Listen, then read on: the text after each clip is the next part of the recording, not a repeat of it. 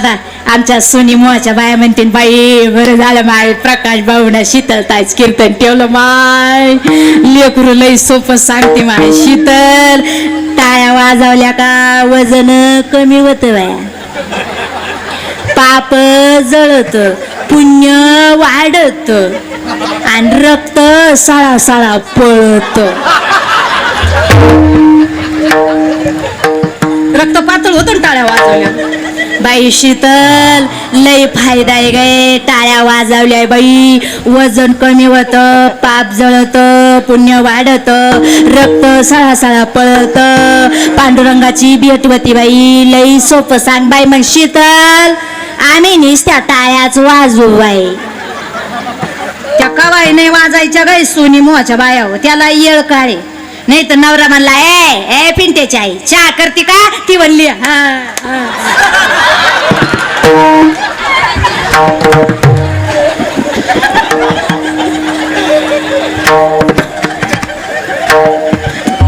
नवरा म्हणला ए पिंट्याची आई स्वयंपाक करते का ती म्हणली मग तो वल्ल टिकुर काढल्याशिवाय राहणार नाही लक्षात ठेवा त्या कवाई नाही वाजायच्या त्या जर कथेत कीर्तनात वाजवल्या तर फायदाचे महाराज म्हणतात देव जाणता आगुलिया सत्ता एकाएकी अतिशय सोपा अभंग आहे 3 चरणाचा आहे आणि अभंगातून महाराज जगद्गुरु तुकोबाराय याच्यावत जीवाला उपदेश करतात तुकोबाराय म्हणतात देव जाणताय सर्वज्ञ आहे त्याची सत्ता अचाट अशी मोठी आहे बरं जाणता असून उपयोग नाही सत्ता असून उपयोग नाही तो चतुर पाहिजे मग देव चतुर जाणून अंतर वर्तत असे साधकाच्या अंतकरणातला भाव ओळखून वर्तन करणारा दयाघन परमात्मा पण ऐका त्या देवाने एक विटाळ धरला कुणाचा जे वाईट वागतात स्वतःच चांगलं करीत नाही आणि लोकांचं चांगलं झालेलं सुद्धा सोनी मोहाच्या बाया होत्याला खपत नाही नुसते पोटात डबीच उठत्या मग आशांपासून देवानं विटाळ धरलाय देव आशांपासून साहेब निराळा आहे बरं का देव निराळा आलिप्त विठळा तुका म्हणे देव चतुर जाणोनी अंतर वर्तत से देवानं विठ्ठल धरला कुणाचा जे वाईट वागतात तुम्हाला उदाहरण देऊ लोकांचं चांगलं झालेलं सुद्धा वनवे बाबा साठे बाबा लोकांना खपत नाही हो परवा दिवशी रात्री एक माणूस आला असं माझ्या कीर्तनाला पुढंच बसला दादा पुढंच बसला राहायचं नुसतं पोट चोळायचं मला कळा नाही याला काय झालं मी मामा हा ना रवी बाबा नुसतं पोट चोळायचं मी म्हणलं मामा तुम्हाला काय झालं असं पोट चोळी त्या म्हणजे माझं लई पोट दुखत मला म्हणता दवाखान्यात जावा इंजेक्शन घ्यावा असे कीर्तनात पोट चोळल्यावर काय बरे होत्यात का शीतलताई 1 वर्षापूर्वी अख्खा महाराष्ट्रातले डॉक्टर पालते घातले महाराष्ट्रातला एक डॉक्टर सोडला नाही अख्खे डॉक्टर पाहिले अख्खे डॉक्टर पालते घातले माझं पोट दुखायचंच बरं होत नाही म्हणलं तुमचं पोट कमून दुखत म्हणजे शेजारच्या संपतरावनं गाडी घेतल्यापासून पोट दुखत कळलं तुम्हाला दुसऱ्यानं गाडी घेतली तरी पोट दुखणारे असे माणसं आहे मग आशांचा देवानं विटाळ धरलाय विठाल आज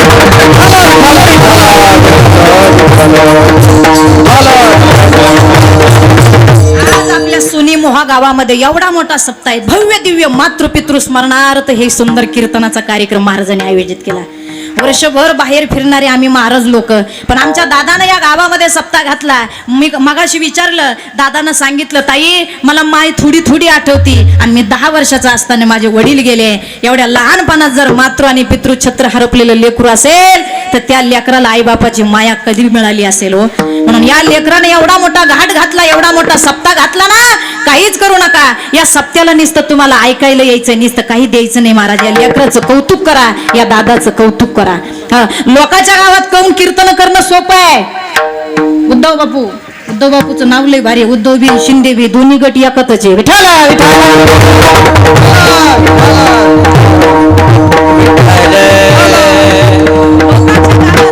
लोकांच्या गावात जाऊन माणसं किती कीर्तन करेल पण स्वतःच्या गावात कीर्तन करणं खूप अवघड असतं महाराज आणि तेही धारूरला महाराज राहत आहे पण या ठिकाणी त्यांचे बंधुराज राहतात आणि एवढा मोठा नाम सप्ता महाराज भगवान बाबा आणि वामन भाऊची कृपा एवढं ध्यानात ठेवा बस या 2 संतांची कृपा आहे आणि माझी एक विनंती तुम्हाला टाळ्या वाजायच्या असेल तर जरा मोकळ्या मनानं वाजावं बरोबर आहे की नाही असे बसले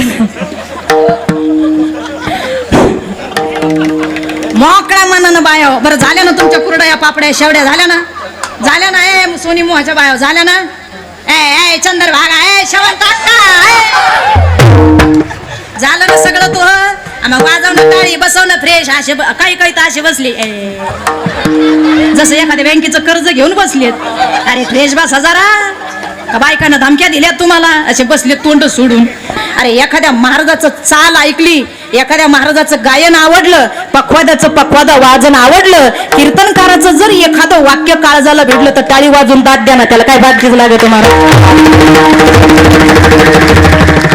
काय लागे तो बाकीचं त्याला ताली बजाने से क्या होता है सुनो ताली बजाने से क्या होता है ताली बजाने से हाथों की लकीरें खुल जाती है सुनो ताली बजाने से हाथों की लकीरें खुल जाती है और कितनी भी जाड़ी औरत हो वो पतली बन जाती है कळलं तुम्हाला नाही कळलं अजून सोपं सांगते टाळीनं काय होतं भोजन की मजा थाली से फूलों की मजा माला से ससुराल की मजा साली से साली कळते का सोनी मोह साली कळते साली न्याव लय लाजले वय माय बाबा ऐका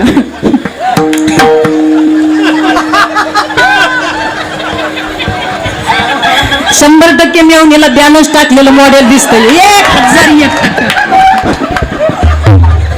या मॉडेल लगेच ओळखू येतात महाराज ऐका भोजन की मजा थाली से फूलों की मजा माला से झगड़े की मजा गाली से ससुराल की मजा साली से और हरे कीर्तन की मजा ताली से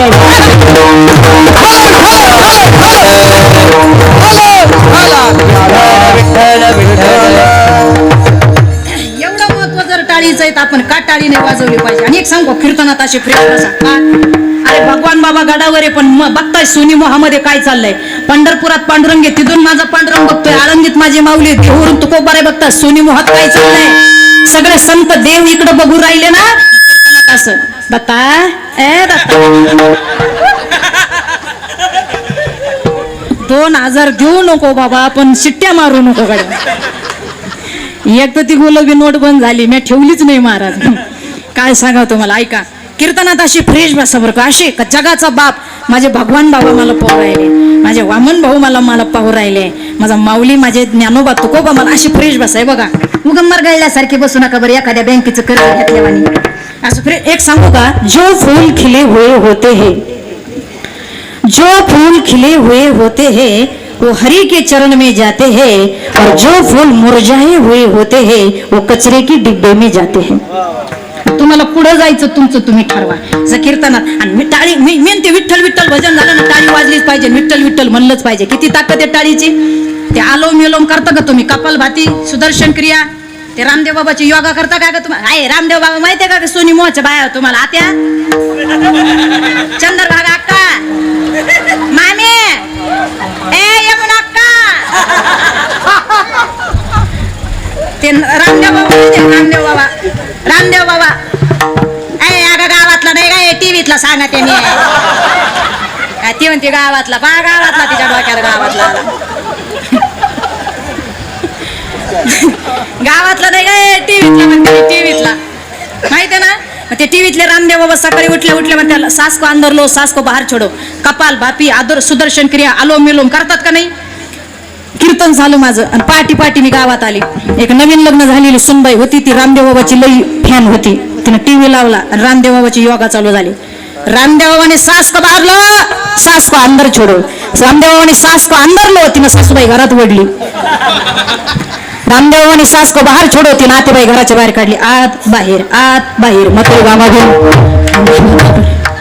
या पाहिलं मला काय चाललं आत बाहेर मी उतरली मला वहिनी काय करते आहे माय रामदेव बाबाचे योगा करते माय हे मला असं काय आणि ते रामदेव बाबाच म्हणतो ना सास को अंदर लो सास को बाहेर छोडो अंदर लो बाहेर छोडो ती आतेबाई घराच्या बाहेर काढीत होती काढीत होती तिला म्हणलं आतेबाई मारिती का काय ते सांगत काय तुम्ही करता काय तुम्हाला एक सांगू तुम्हाला आलोम विलोम सुदर्शन क्रिया कपालभाती काही करायची गरज नाही तुम्ही ते छोटे पॅन्टी घालून बरमुडावर जातात ना फिरायला बरमुडा आता कुत्री बी येतात धावून तुमच्यावर सकाळी जागूनला गेल्यावर एवढं करायची सुद्धा गरज नाही तुम्हाला आलोम विलोम कपालभाती सुदर्शन क्रिया काही करू नका सकाळी उठल्या 200 टाळ्या वाजवा हजार कमी करा वजन कमी करा इतकी संपदायची ताकद देवाच्या नामस्मरणात पाप जळतच पुण्य सुद्धा वाढतं महाराज, इतकी ताकद आहे. टाळीचा फायदा सांगू तुम्हाला, 3 फायदे टाळीचे. ऐका बरं का सोनी मोहच्या बाया, दादा तुम्ही बी ऐका. ऐका, टाळी वाजवल्यानं काय होतं, ज्या वेळेला तुम्ही कीर्तनात टाळी वाजवताना विठ्ठल विठ्ठल म्हणता, विठ्ठल विठ्ठल, त्यावेळेला हे पॉइंट ॲक्युपंक्चर होतात. आपल्या बॉडीमध्ये जेवढे heart, liver, kidney main point part आहे, त्याचे मेन पॉइंट आपल्या तळ हातामध्ये. आणि ज्या वेळेला तुम्ही विठ्ठल विठ्ठल म्हणता त्यावेळेला ते पॉइंट असे जोरदार दाबले जातात आणि ते ॲक्युपंक्चर होतात आणि ब्लड सर्क्युलेशन व्यवस्थित होतं. हा पहिला फायदा.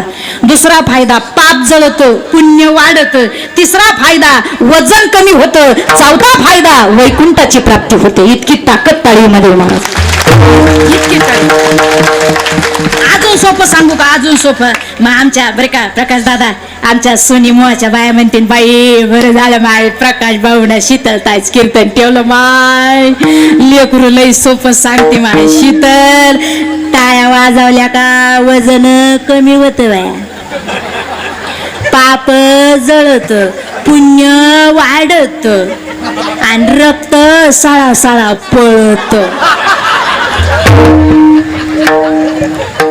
रक्त पातळ होतं टाळ्या वाजवल्या. बाई शीतल, लय फायदा आहे गे टाळ्या वाजवल्या बाई, वजन कमी होतं, पाप जळत, पुण्य वाढत, रक्त सळा पळत, पांडुरंगाची भेट होती बाई. लई सोपं सांग बाई. मग शीतल, आम्ही नुसत्या टाळ्याच वाजवू बाई. त्या कवाई नाही वाजायच्या गाय सोनी मोहाच्या बाया, त्याला येळ काढे. नाही तर नवरा म्हणला, ए पिंट्याची आई चहा करते का, ती म्हणली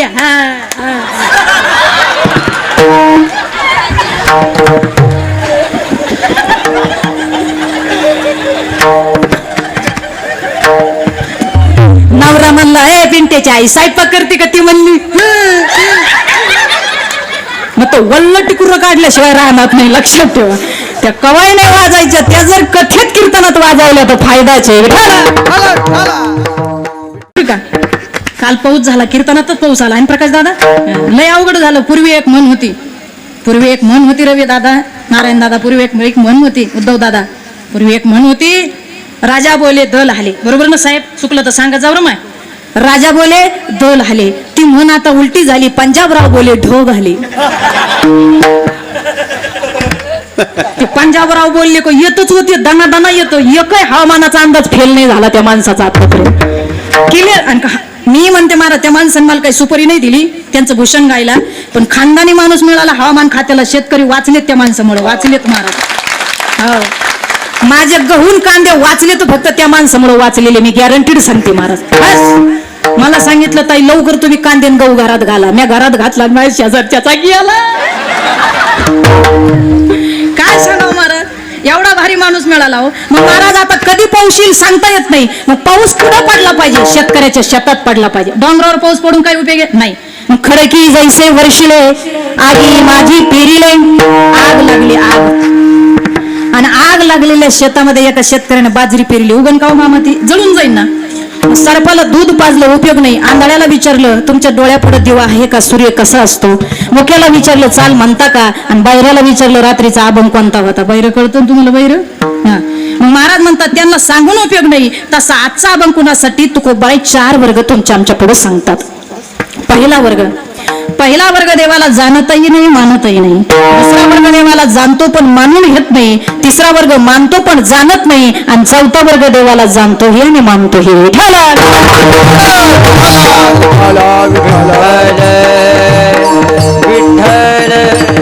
ऐका, मग 4 वर्ग सांगितले, त्या प्रत्येक वर्गाचे एक प्रमाणाने एक उदाहरण देऊन मी तुम्हाला पटवून देते.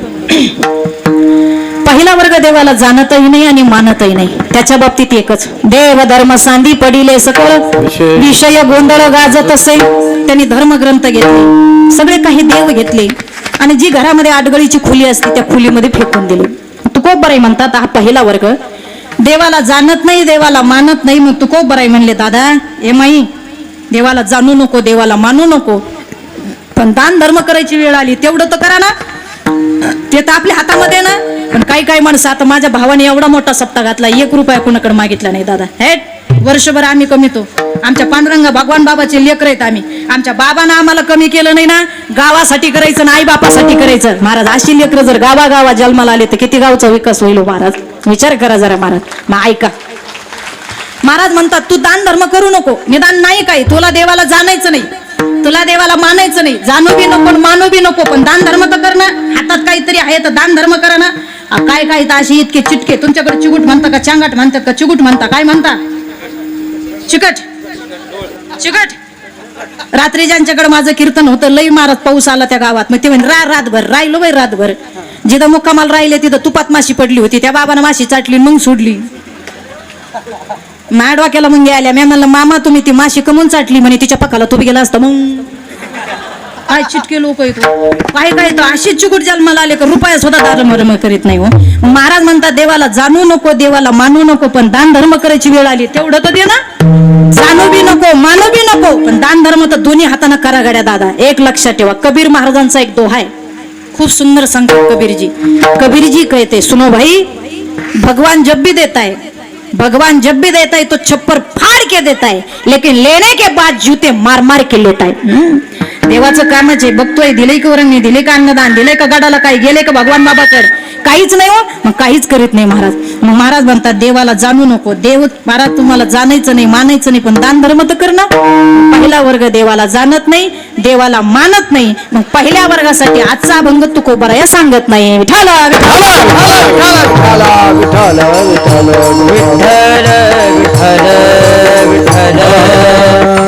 आता दुसरा आणि तिसरा बाजूला ठेवू, चौथा बघू म्हणजे लिंक लागेल. चौथा वर्ग देवाला जाणतोही आणि मानतोही. चौथा जाणतोही आणि मानतोही. चौथा वर्ग देवाला जाणतोही आणि मानतोही. मग त्याच्यासाठी अभंग एक्झॅक्टली पाहिजे, पण तुकोबराय म्हणले नाही. पांडुरंगा माझे वारकरी तुला जाणतात, माझे वारकरी तुला मानतात. मग जे माझे वारकरी तुला जाणतात, जे माझे वारकरी तुला मानतात, आमच्या वारकऱ्याला काही सांगायचीच गरज नाही. ते अंगारकी करतात, चतुर्दशी करतात, भगवान गडाची वारी करतात, वामन भाऊवर भीमसिंग महाराजावर श्रद्धा ठेवतात, छत्रपती शिवाजी महाराजांवर श्रद्धा ठेवतात, ज्ञानोबा तुकोबाला मानतात, पांडुरंगाची वारी करतात. मग पांडुरंगा एकादश चालू आहे, सोमवार चालू आहे, सगळं चालू आहे. मग पांडुरंगा ए दादा ऐक ना रे, माझे वारकरी तुला जाणतात, माझे वारकरी तुला मानतात. मग दादा ए पांडुरंगा, माझे वारकरी जर तुला जाणत असेल, माझे वारकरी जर तुला मानत असेल, तर आमच्या वारकऱ्याला सांगायचीच काही गरज नाहीये. ज्याला येतं त्याला काही सांगायची गरज आहे का? ज्याला सोनी मोह माहितीये, सोनी मोहा, बरोबर ना, सोनी मोहा माहितीये, त्याला सांगायची गरज आहे का? सोनी मोह हा ते प्रकाश गावाचं का, आपण पुढारपण करायची गरज नाही ना. त्या गावाला माहिती ना महाराज कोणत्या गावची, बरोबर आहे का नाही? महाराज ज्याला माहितीये त्याला सांगायची गरज नाही का? 1000 माणसाचा स्वयंपाक करणारी सुगरण बाई आहे. बाई काही काही बायांच्या हाताला लई टेस्ट ग माय, काय स्वयंपाक करतात माय काही काही बाया. अगं मीठ मिरची वाटू द्या, लसूण निस्ता रसा करू द्या, तरी पाहुणा 2 भाकरी जेव चुरीतून पोटभर जेवतो भरत दादा. आणि काही बायांचा स्वयंपाक, अहो पूर्वी जुनं ते सोनं होतं महाराज. त्या नथनीवाल्या बाया 9 वारी लुगडं घालेल, हे मोठं कुकुण, हे मोठा भुचुडा, अशा स्वयंपाक करायच्या, अशा भाकरी करायच्या तर भाकरी फुगायच्या. आता भाकरीवालीच फुगती, आता भाकरी फुगाना, भाकरीवालीच फुगू राहिली महाराज. काय सांगावं महाराज, जुनं ते सोनं होतं महाराज. काय स्वयंपाक करतात काही काही बाया, अहो काही काही बाया अशा चपात्या करतात महाराज अशा. अगं माय दादा, त्या चपात्या पाहिल्या ना नुसत्या पालथ्या उलत्या करताना असं वाटतं वाटाणा खावा, वाटाणा वाटाणा, वाटाणा सुद्धा खाऊ नये. इतक्या मऊ आणि इतक्या भारी चपात्या काही बायांच्या. आणि काही बायांचा चपाता राहतो दिशीजीचा चपाता, पण त्या देशाचा नकाशा काढी ते काय माहित महाराज. काही काहीचा स्वयंपाकच विचारू नका. काही काही साक्षात अन्नपूर्ण आहे महाराज. काही काही बायांचा स्वयंपाकच विचारू नका महाराज. 1000 माणसाचा स्वयंपाक करणारी सुगरण बाई आहे. तिला सांगितलं स्वयंपाक कर. अरे 1000 माणसाचा स्वयंपाक करते ती बाई, वरून पाहुणा मीठ मागत नाही. त्या बाईला 100% मार्क देतो, वहिनी खूप छान स्वयंपाक झाला. मग काय क्वालिटीचा स्वयंपाक ती बाई करीत असेल. आणि गावातली एखादी म्हातारी आली, तिला म्हणले चंदर भागे आई इकडे या ना माय, तुला पिठला आठवण दाखवते. आता मारायला दाखवते का? ती 1000 माणसाचा स्वयंपाक करते, तो पिठल्याजवळ तिचं काय गुतील ग माय? काहीच गुतील नाही, तिला सांगूच नको माय. मग जे देवाला जाणतात, जे देवाला मानतात, त्यांना सांगायचीच काही गरज नाहीये.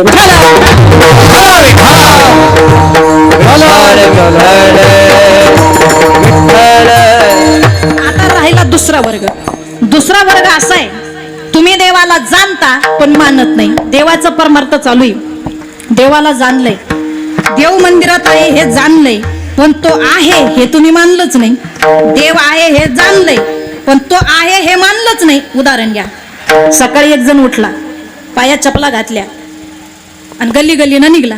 आणि त्याने बेडी पेटवली, ज्याचा जो ब्रँड असेल ती पेटवली, बेडी पेटवली मामा त्याने. आणि समोर त्याला मारुतीचं मंदिर दिसलं, त्याला ती फेल वाटलं. तो म्हणे अरे रे रे रे, मी बेडी पेटवली, मारुतीनं पाहिली असन.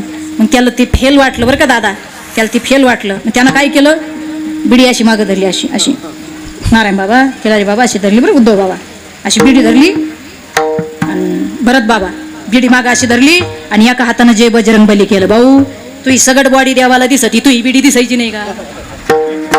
निदान एवढं दिसत मागचं धुरकांड दिसायचं नाही का? म्हणजे तुम्ही देवाला जाणलं पण तो आहे हे मानलंच नाही. विठाला विठाला